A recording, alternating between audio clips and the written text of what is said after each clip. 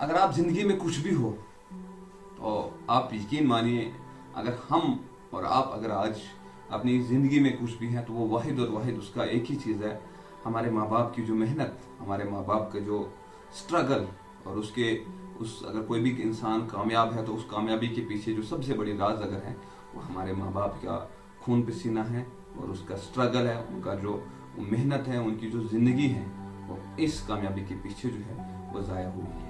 आपको यकीन के साथ मैं कहता हूँ, आज के दौर में अगर किसी भी नौजवान भाई को या किसी भी बच्चे को अपने माँ बाप ज़रा सा ज़्यादा बोल देता है तो ये वो समझते हैं कि ये हम लोग उससे नफरत करते हैं। ऐसा कतन नहीं है और ऐसा कभी भी नहीं हो सकता। एक बाप अपने बच्चे के साथ कभी नफरत कर ही नहीं सकता। हकीकत तो ये है कि एक बाप हमेशा अगर किसी बच्चे को ज्यादा बोल देता है, वो ये चाहता है कि मेरा बच्चा वो डांट जो होती है वो हमारे लिए दवाई होती है, क्योंकि उस डांट के बिना हम ऐसे हैं कि जैसे बंजर जमीन। अगर जमीन पे हम हल न चलाए, हम ये कहें कि वहां पे खुद जाएगा, वो ये चोट आएगी, कुछ टाइम के लिए आप सोचोगे कि एक बंजर जमीन के ऊपर जब हम हल चलाते हैं तो वहां पे पूरा उखड़ जाता है, लेकिन वो वीरानी नहीं होती, वो आबादी होती है।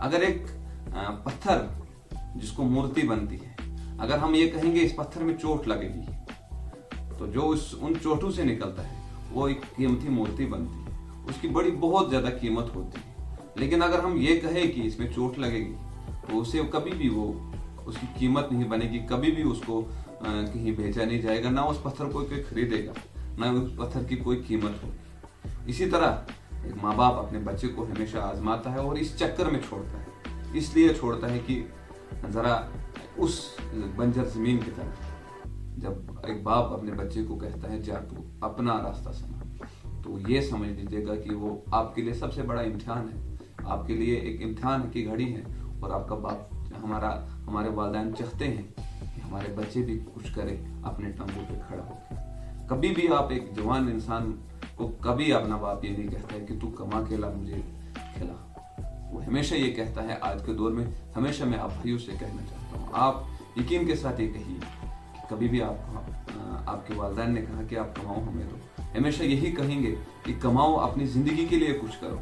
लेकिन अगर उस चीज के लिए भी हमें बुरा लगे तो यकीनन ये दुख की बात है और अफसोस की बात है। और हम अगर इस एहसास को समझ नहीं पाए तो हमसे बड़ा बदकिस्मत इंसान दुनिया में कोई नहीं है। जो भी भाई इस चीज को समझ नहीं पाए तो उनसे बड़ा बदकिस्मत इंसान पूरी दुनिया में कोई नहीं। कहने का मकसद ये है कि माँ बाप की डांट जो होती है कभी भी हमारे खिलाफ नहीं होती, वो उसमें बहुत ज्यादा प्यार होता है। वो डांट भी हमारी कामयाबी के लिए होती है, वो डांट भी हमारा जो गोल पूरा करना होता है उस गोल के लिए होता है। तो माँ बाप के बिना जो है ये जिंदगी का सफर जो है बिल्कुल अधूरा है, ना हम ये पूरा कर सकते हैं। सही कहा है, इसके दीन भी इसलिए कहता है और दुनिया भी कहती है कि माँ के पैरों तले जन्नत है और बाप जन्नत का दरवाजा है। लेकिन अगर हम और आप आज के दौर में अपने बाप को एक आइडल बनाए, अपनी माँ को सही महीने में जन्नत का दरवाजा समझे, तो यकीनन कामयाबी ज्यादा दूर नहीं। अपने बाप का जो एहसास है, उसकी जो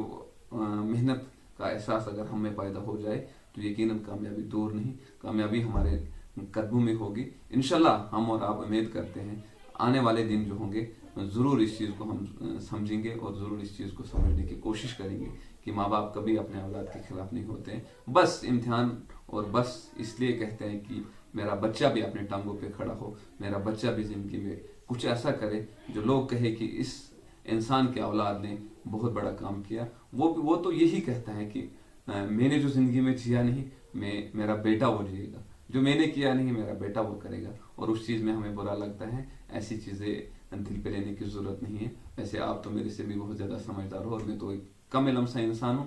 अपना ख्याल रखिएगा, माँ बाप की कदर करना बहुत ज़रूरी है।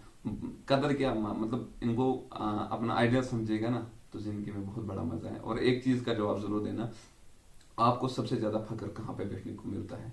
तो मैं भी जितने लोग कमेंट करेंगे मैं भी उनको कमेंट में ज़रूर जवाब दूंगा किस जगह पे बैठ के आपको सबसे ज़्यादा खुशी मिलती है और सबसे ज़्यादा फख्र महसूस होता है। कमेंट में ज़रूर बोलना, आपके कमेंट का इंतज़ार रहेगा। हो सके तो वीडियो को ज़्यादा से ज़्यादा शेयर करना।